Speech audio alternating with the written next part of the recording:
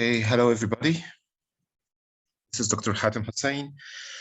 I'm gonna give you today's lecture, but I'll start by giving a small intro about myself. My name is Hatem Hussein. I'm a clinical fellow of orthopedics and traumatology, and I'm going to be demonstrating today's lecture for you about a brief review about the MRCS B, Part B, OSCE exam. So first of all, I'd like to congratulate every one of you guys for passing Part A. I'm quite sure it was quite difficult. Part A needs a lot of study, needs a lot of hard work. The good news is Part B isn't as hard as Part A. Part B needs to study smart rather than study hard. And that's what we're going to conduct in our course together. We're going to study all the branches in an exam-oriented manner. We'll study the clinical scenarios and the stations that came in the previous exams, whether in the UK centers or overseas. And we'll study in brief the questions and into full details as well.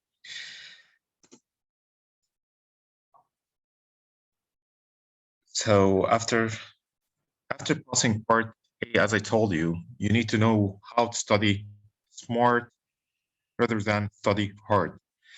And that's our aim purpose of this course. And today I'm going to give you a brief about the anatomy stations. But before giving you a brief about the anatomy, usually Part B has 6 branches. These are anatomy. You have 3 stations. We have 17 stations in the exam. Usually you have 3 anatomy stations, 2 or 3 pathology stations, depends on which center you're having your exam. And the same for the applied surgical sciences and critical care. If you have 3 stations of pathology, then you have 2 stations of applied sciences and critical care, or vice versa. And we also have history taking, examination, communication skills. So the first part, we can say that skills, and we have also the knowledge. The knowledge are the anatomy, the pathology, and the applied critical science and applied surgical science and critical care. For the anatomy station, as I told you, we have 3 stations. For each one, we have 20 marks for every station. And before every station, you have 1 minute to read the stem of the question, and then you have 9 minutes with the examiner to discuss the questions. Sometimes you might have 10 questions, 2 marks for everyone, or sometimes you have more than that, and marks are distributed equally. So how do you get your questions? All the anatomy questions are short questions. You don't have questions like describe the course of the radial nerve, for example, or describe the course of the brachial artery, for example, or femoral artery, or whatever. They are all very short questions. Sometimes he points to a certain structure and tells you what's this structure, or sometimes he tells you to identify a certain structure. Like, for example, you have a picture or a cadaver in the exam, and he tells you, identify the radial nerve for me, or identify the ulnar nerve, or he points to the medial nerve, for example, and tells you what nerve is this, and then he asks you some clinical applied questions on it, like what muscles it applies, what happens, what's the deformity if it's getting injured, and we'll address all these questions together in this course. So as I told you, sometimes we have cadavers, and by cadavers I mean anatomical 2 sections. However, this is not applied in all the OSCE centers. It's applied in the UK and some of the overseas centers, like Cairo, for example. And sometimes we have cadaveric images from anatomy atlases. And don't worry about this. You don't have to buy any atlas. You don't have to check anywhere else. We're going to provide you all these materials in our course. Sometimes we have diagrammatic images, and by diagrammatic images, I also mean images drawn by the hand like the ones you have in Gray's Atlas, for example, Gray's Anatomy Atlas. Sometimes we have radiological images like X-rays and MRIs. And for the MRIs specifically, we have the MRI images for the brain, for the cervical spine, or for the lumbosacral spine. And I will also provide these images during the course, so don't worry about that at all. And sometimes he tells you questions on a living subject. For example, he brings you an actor, and he tells you to identify a certain anatomical landmark or a muscle action, or sometimes to examine some reflexes. This is during the anatomy station. So this is how you get your anatomy questions in the exam. If anyone have any questions, please just raise your hand. I'm gonna look for these questions and answer it. So that's a very important point. What if you don't know an answer for a question? What are you gonna do? Are you going to keep thinking about it and keep trying to remember the answer during the recitation, or is it smarter to skip the question? Definitely, it's smarter to ask, and it's your right to ask the examiner, would you please skip this question for now and return to this question again at the end of the station? And I promise you, if you do this, you're gonna save your time during the station, and you might also remember the answer of this question. When you answer all the questions of the station, you will most probably you will remember your answer. Someone is asking what sources to use for preparation. We're gonna give you all the sources. Don't worry about that. We'll give you PDFs for every branch, for the anatomy, for the pathology, for the applied surgical sciences and critical care, history taking, everything. Everything will provide you PDFs for this.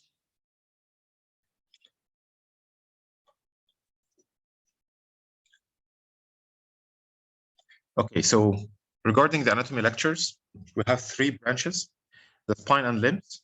And by the spine, I mean the cervical and the lumbosacral spine, because these are the branches of the spine that you're gonna get stations in. The limbs, the upper limb and the lower limb. And I promise you guys, there's no single OSCE exam without questions in the spine and limbs. And that's why that probably will take more time than the other branches of the anatomy.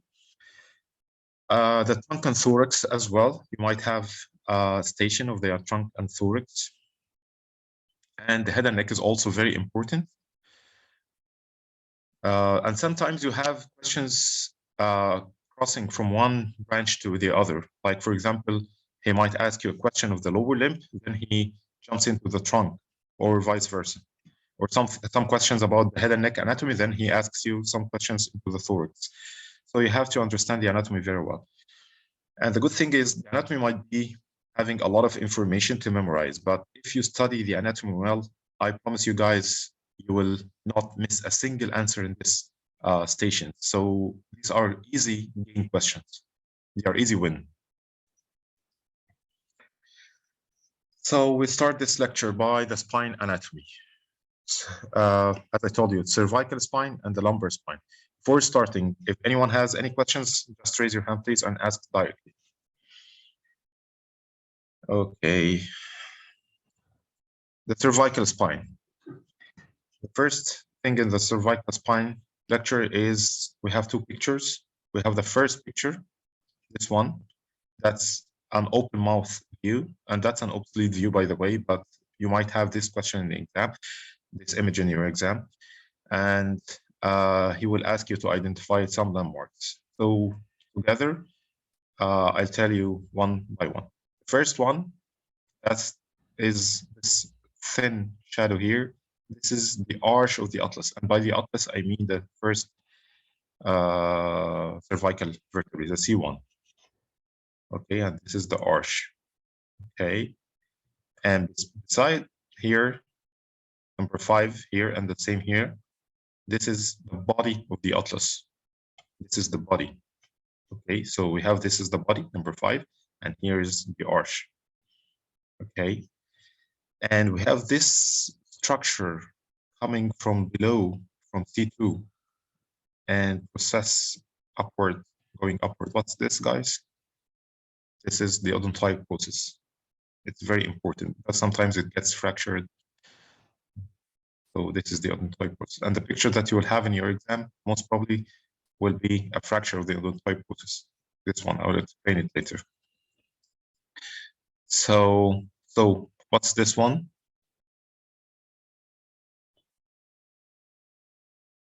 Yeah, that's the axis. So this is basically the odontoaxial joint. Okay. And what about number 4? It's the body of the axis, or the C2.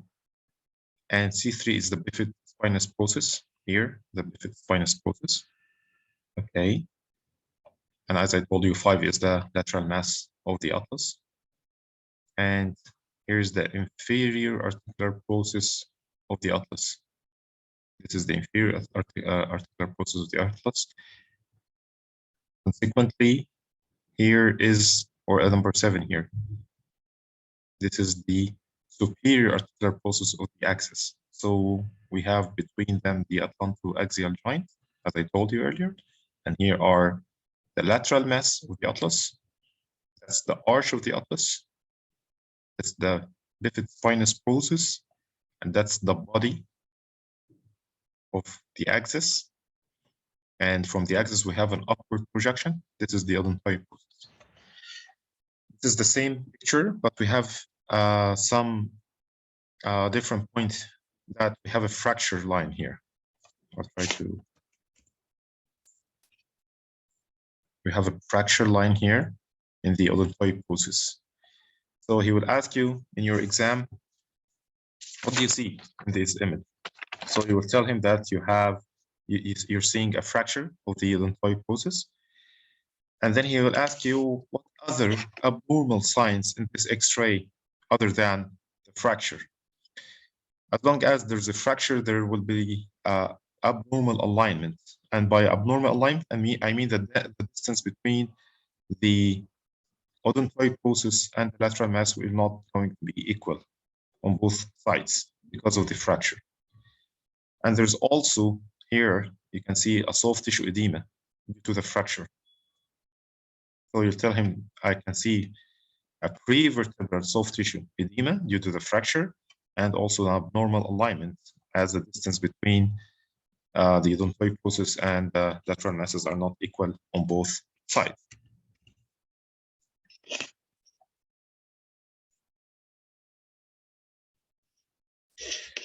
And this is a lateral view for the cervical spine. You might have some questions on some structures. You don't have to memorize everything. And whenever we're studying anatomy, guys, or pathology or any station, I'll focus on what you will have in your exam. I'm not going to explain everything because you need to study smart, as I told you, but I focus on what has been always coming in previous exams. That's it. So what you have to know here in these pictures, number 1, what I have told you before about an upward projection that comes from C2. Yes, that was the odontoid process.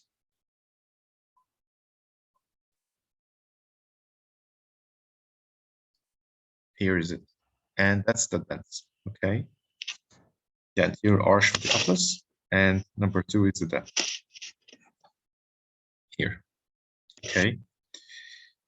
We have also to know where's the hyoid bone.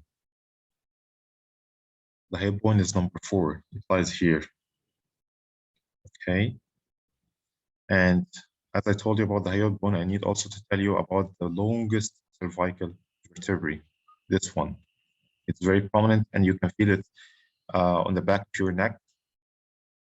It's the most prominent cervical vertebrae, C7, the process of C7, number 14, the spinous process of the 7th cervical vertebrae.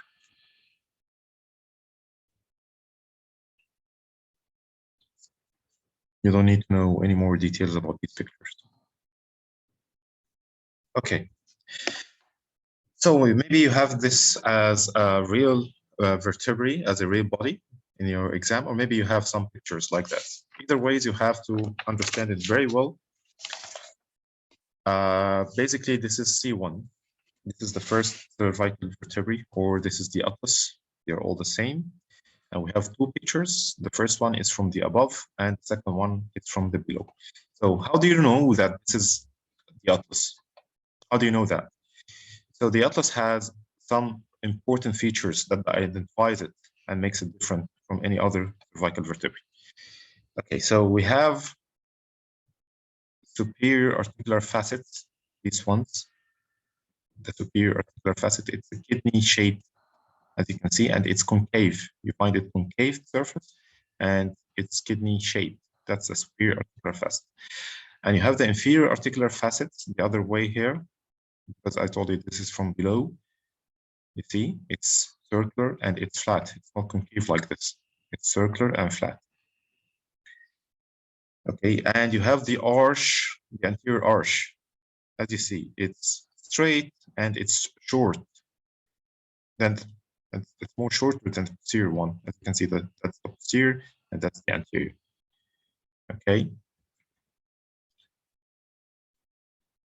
And you will also find an indentation, small indentation here, just behind the anterior arch. And this is for the odontoid process coming from C2. Okay. And as you can see, guys, the atlas is the only vertebrae that doesn't have a body. So again, let's revise the structures again. Number one, as I told you, anterior arch and the tubercle as well. Here's the number two, the facet or dens. The dens is the odontoid process, just the same. We call it dens, we call it odontoid process, we call it pig. They're all the same, okay? And we have number three, that's a groove for the vertebral artery. And we'll study this in more details when we are studying the head and neck, about the vertebral artery and the course and everything related to it. Then we have number four, the lateral mass here with the inferior articular facet. As I told you, this is the inferior articular facet, and we said it's circular, it's flat, unlike the superior articular facet, number five, which is kidney shaped and concave. And then we have number six, the posterior arch. As I told you, it's longer than the anterior arch. And then number seven, we have the posterior tubercle. We don't have a spinous process in the C1. We have a posterior tubercle. And number eight is the transverse process. And here's the transverse foramen as well. So this is the atlas. This is the first cervical vertebrae. And you have to know very well how to identify it, as I told you about the superior and inferior articular facets. Then we move to C2, the axis, the second cervical vertebra. And we have four pictures here. This one, number C, that's from above. D, from the front, as if you're looking from the front. And we have this picture from below, as if you're looking from downward. And picture F, or figure F, shows how the articulation happens between C1 and C2. And that's, as I told you before, that's the odontoid process. And here is the indentation or the facet for the odontoid process from C1. Okay, so how to know that this is the axis, or how to know that this is the second cervical vertebrae? Yes, through the dens, as I told you before. That's very, very, very important. The dens is the most important feature of the second cervical vertebrae. You find the dens projecting upward from the body here. Okay, so let's study the structures that you might, or you have to know. Number one, we have studied this and we have mentioned this in C1, this anterior arch of the atlas. Okay. What's number two here? That's the bifid spinous process. Yes, exactly. And where's number three? Here, yeah. That's the body, right? And here's number four, the dens or the odontoid or the process or the peg, just the same name. and 5. Yes, that's the impression for the ulnar ligament. I will discuss the ligaments in a few minutes. And we have number 6, the inferior articular facet, the circular one, and it's flat. Yes. Number 7, this is the lamina. Okay, and this is the pedicle. Okay, yeah. What's this, guys? Superior articular facet. Yes. And have number 10. Yes, the transverse pulsus. And eventually we have 11, which is the vertebral foramen. So then the examiner asks you, what is the type of the atlantoaxial joint? It's synovial pivot joint. And what are the ligaments between the first cervical vertebra and the second vertebral cervical vertebrae? We have 3 ligaments, the anterior and posterior atlantoaxial ligament, and there's a transverse ligament as well. And I'll show you the ligaments in a few minutes.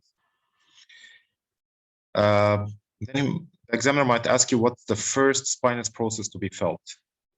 As I told you, if you just feel it on your neck now, the back of your neck, and put your hand and just on the neck, the back of your neck, and descend downward, you'll find the prominence. That's the prominence of the C7. That has a very long spine, the longest spine.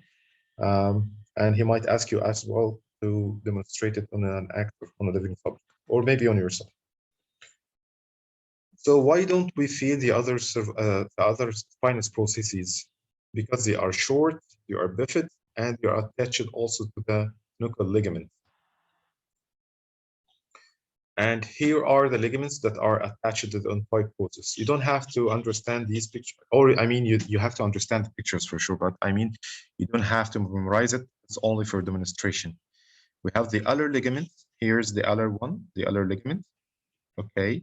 And we have the apical odontoid ligament. That's the apical odontoid ligament, apical ligament of the hands. Okay. And we have the transverse one, the transverse ligament of the atlas. The transverse atlantal ligament. Yes.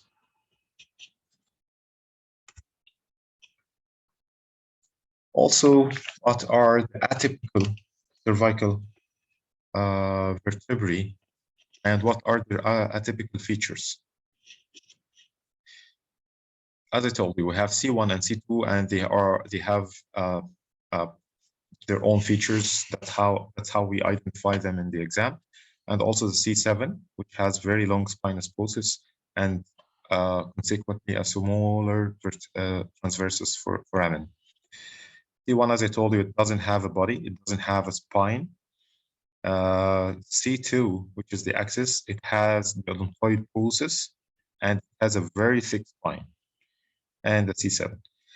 So how many vertebrae? That's an easy question. How many vertebrae make the spinal column, and how many spinal nerves? It's an easy question, but some of the students or some of the candidates answer it wrongly, ironically, yeah.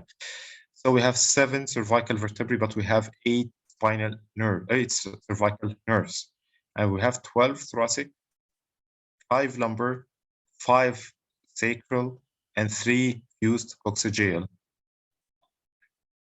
Consequently, you have, as I told you, 8 cervical spinal nerves, 12 thoracic, 5 lumbar, 5 sacral, and only 1 coccygeal, not 3. We have 3 fused coccygeal vertebrae, but only 1 spinal nerve. And that's another thing we have to study, which is the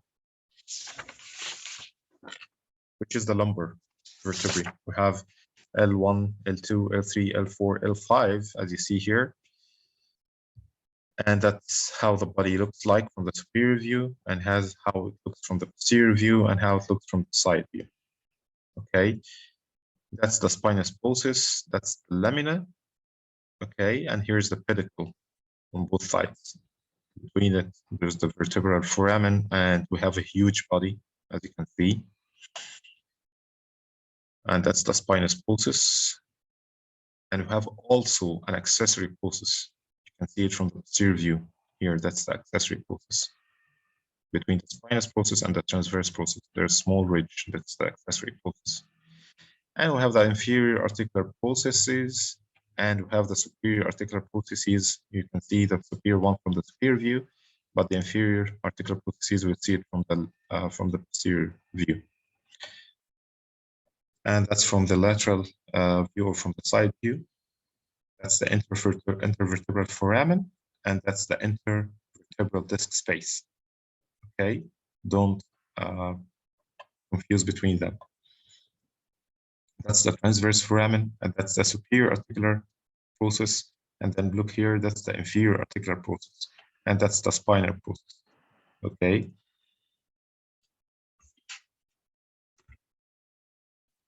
So what are the characteristics of the lumbar vertebrae? The body. Let's talk about the body. I'll show you the picture again.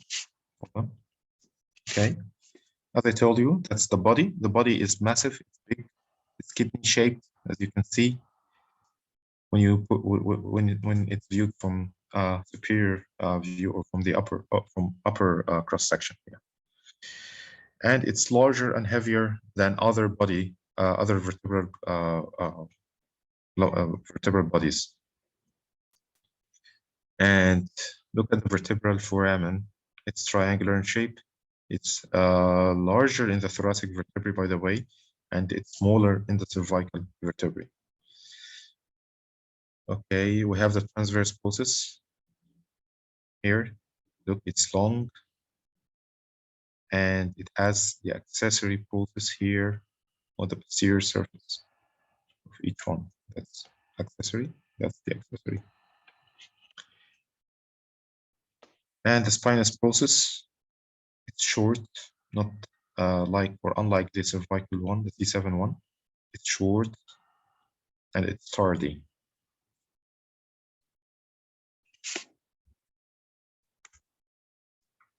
What about the intervertebral foramen?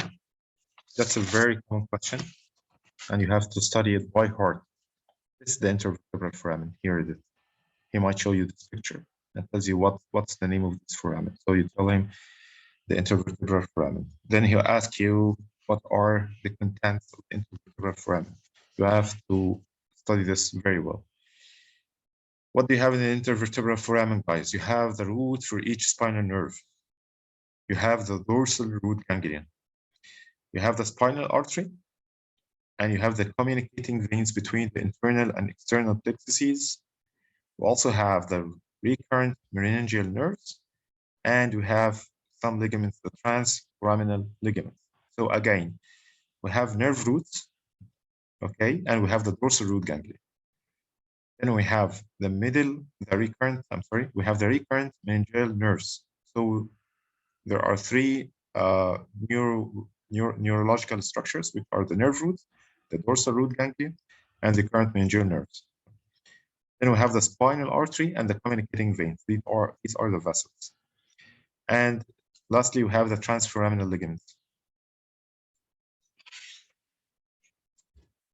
What about the lumbar puncture? What's the level of the lumbar puncture? That's a very common question. And I guess that's also common in part A. The level of the lumbar puncture is at L4, L5. And how do you know L4, L5? At the supracrestal line. Okay, so what are the layers to be encountered during lumbar puncture? The skin, the subcutaneous fat, and the fascia. Okay, then we have the spinous. Hold on for a second. Then we have the supraspinous ligament, this one. Okay, after the skin, subcutaneous fat, and the fascia, we have the supraspinous ligament. Then what's after the supraspinous ligament? What do you have here? Yes, that's the interspinous ligament. True. Then we have the ligamentum flavum. Where's the ligamentum flavum? Yes, that's it. This one, yeah, this one here.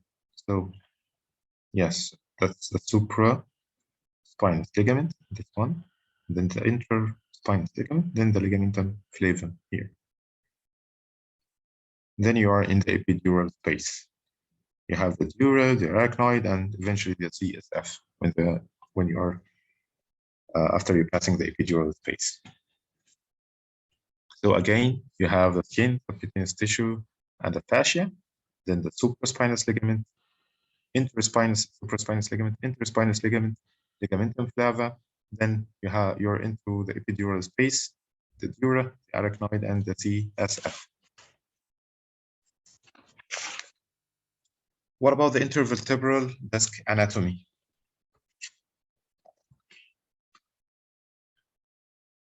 He will ask you what are the components of the intervertebral disc. Sorry.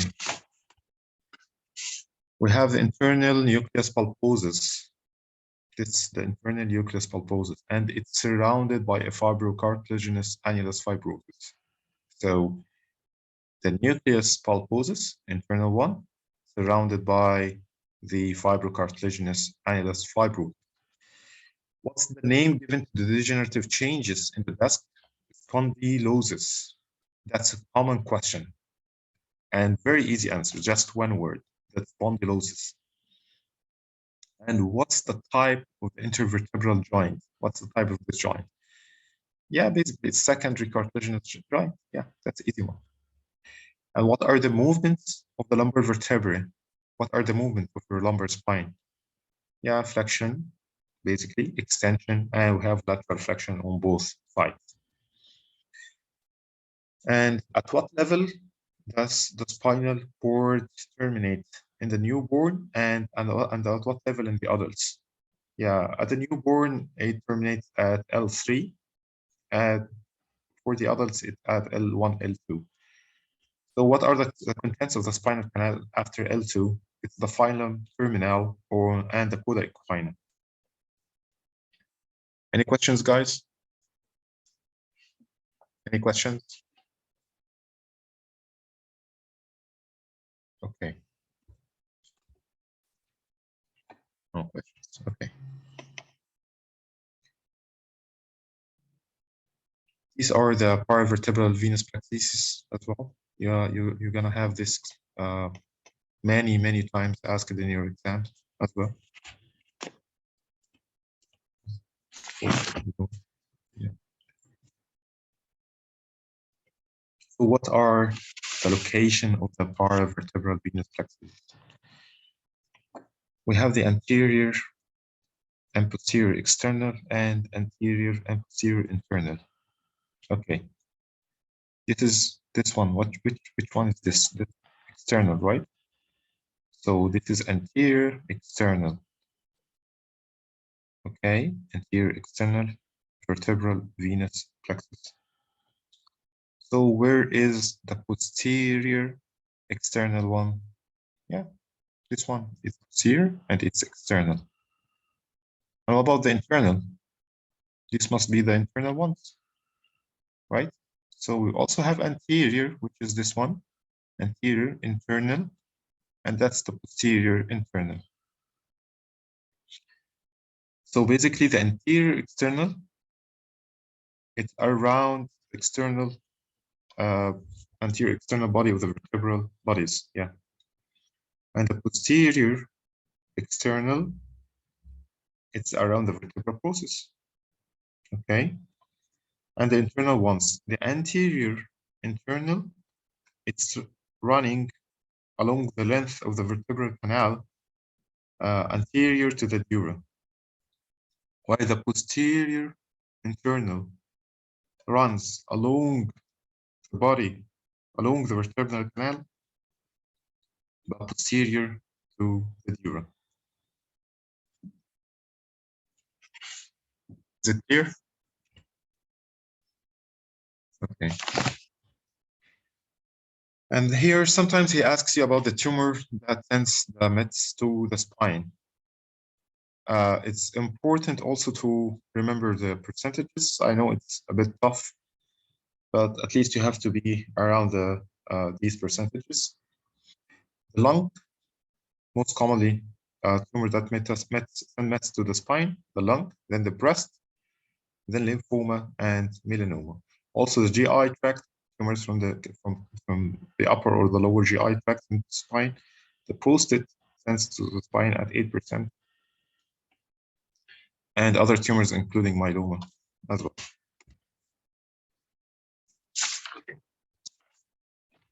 As I told you before at the introduction of the lecture, sometimes he gives you questions on the living subject. So sometimes he asks you to identify on the living subject the hyoid bone, or the cricoid cartilage, or the roots of the brachial plexus, or the posterior triangle. Okay. So what about the hyoid bone?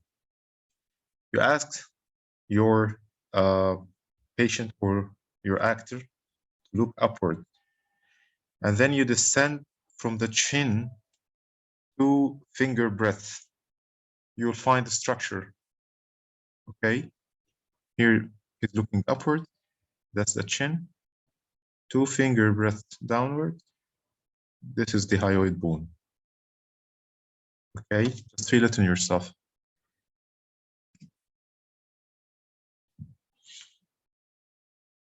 Then down below the hyoid bone, you will find a laryngeal prominence, which we call the Hatem apple or the thyroid cartilage. That's the level of C4. And the hyoid bone is a level of C3. Okay. Sorry, guys. So again, you ask your living subject to look upward. Okay. And then you descend from the chin 2 finger breadth. You will feel a hard structure, which is the hyoid bone. Okay. That's the level of C3. And just below the hyoid bone, there's the prominence, the laryngeal prominence, or the thyroid cartilage, or Adam's apple. That's at the level of C4. Okay. And if you descend just below the laryngeal prominence, there's a groove. This groove is the cricothyroid cartilage, or the cricothyroid membrane. Below it, the cricothyroid cartilage. And that's the level of C6. Write on yourself, please. Again, look upward. Feel the chin. Just 2 finger breaths down the chin. There's this hard structure, the hyoid bone. Okay, that's C3. Exactly below it, there's the laryngeal prominence, or the Adam's apple at C4, or thyroid cartilage, just the same, at C4. And if you descend exactly down, very slightly, that's the groove, the cricothyroid membrane, and below it immediately the cricoid cartilage at C6. Okay, so now we know how to identify the hyoid bone and the cricoid cartilage at C6. Well, what about the roots of the brachial plexus? Well, the roots of the brachial plexus, it lies here, okay, between the scalenus anterior and the scalenus medius. How do you feel that? Just put 2 fingers behind the clavicular head of the sternomastoid joint. We have the sternomastoid, you know, the sternomastoid bone. Okay, here's the sternomastoid. I'm sorry, the clavicular head of sternomastoid muscle. I'm sorry. We have 2 heads of the sternomastoid muscle. We'll explain this in the head and neck. But here's the clavicular head, the one that is attached to the clavicle, because we have the other one that's attached to the sternum. So I'm talking now about the one attached to the clavicle. That's the clavicular part of the sternomastoid. Okay. And 2 finger breaths behind it. Behind the clavicular head here. 2 finger breaths. That's where the roots of the brachial plexus lies, here.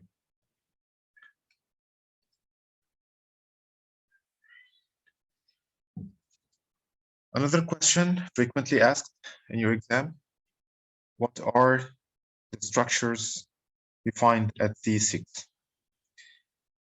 There's a termination of the pharynx at C6, so beginning of the esophagus, and the termination of the larynx, and consequently the beginning of the trachea.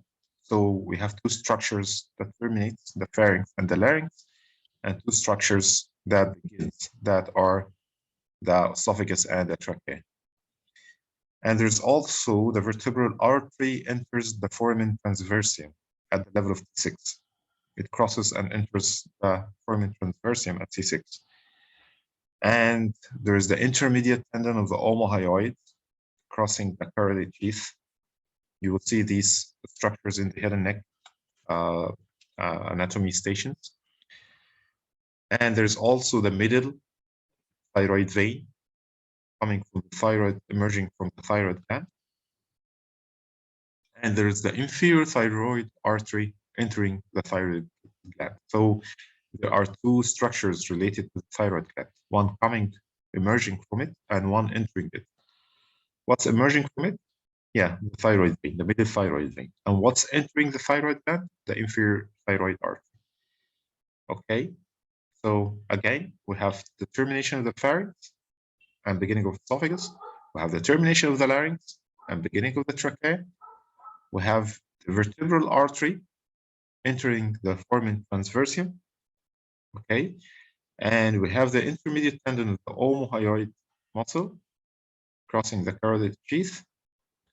And we have the middle thyroid vein emerging from the thyroid gland. And we have the inferior thyroid artery entering the thyroid gland.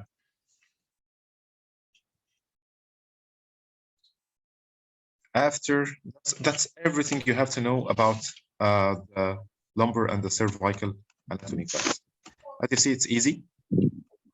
It's not hard. You have just to study smart. You have to know what questions being asked in your exam. Because if you know, you know. If you know how to answer, if you know what the examiner is talking about, you're definitely going to answer this. Okay.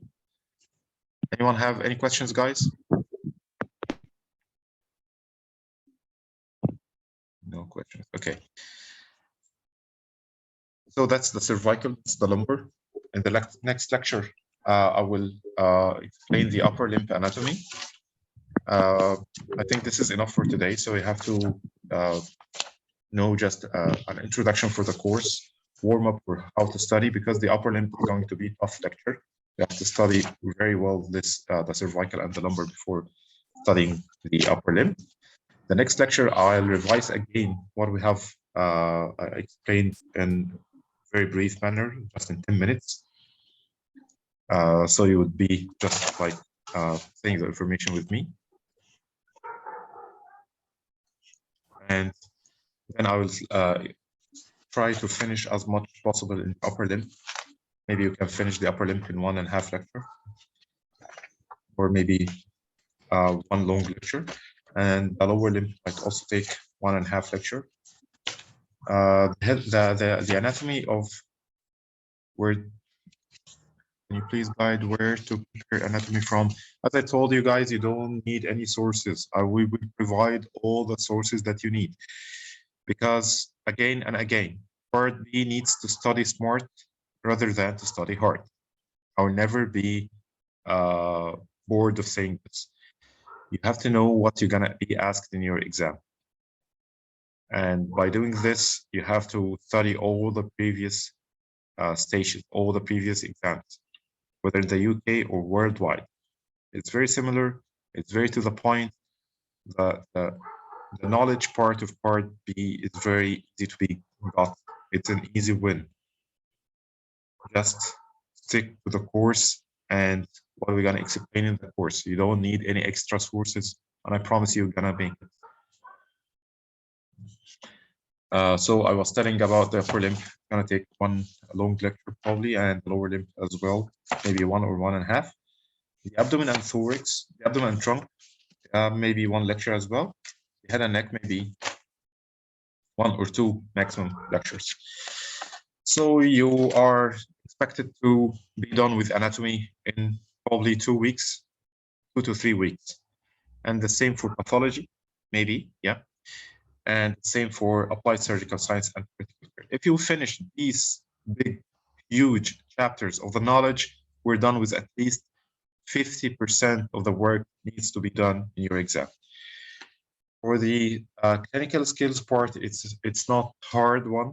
A lot of people, especially the IMGs, fail the skills, whether the clinical skills or the history or the examination. I don't know why. People are always talking about how hard this part and how it's really hard to get marks. This is not true. You just need to do things like they're being done in the UK. Remember, guys, you're being examined by an NHS consultant. So you have to know how you treat the patients in NHS. Maybe some points are, some people are not familiar with how you talk to the patient. I remember during my exam, I've seen a candidate. He was an international candidate as well. And he was doing a very easy station, like he was taking stitches. And he went to the station, he took the stitches very nicely done, he put his dressing, and just he left his station. He didn't talk to the patient, he didn't explain anything he's being done to him, he didn't check the anesthesia, he didn't check anything, he didn't talk at all. He did very well, very nice stitches, but he failed his exam. We're going to explain this in full details. We're going to tell you all the tricks and tricks how to pass it, how things are being done in the UK, because most of us, whether applying for jobs or already working in the UK, so we are very well acquainted with what they need to be see and how and what they need to hear from you in your exam to pass. I'm done with my lecture, but I'm open to any questions. Any questions again?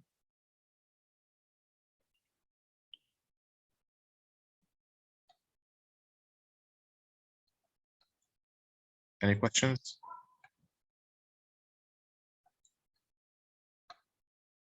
Okay.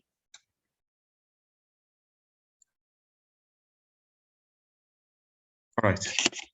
Thank you so much, guys.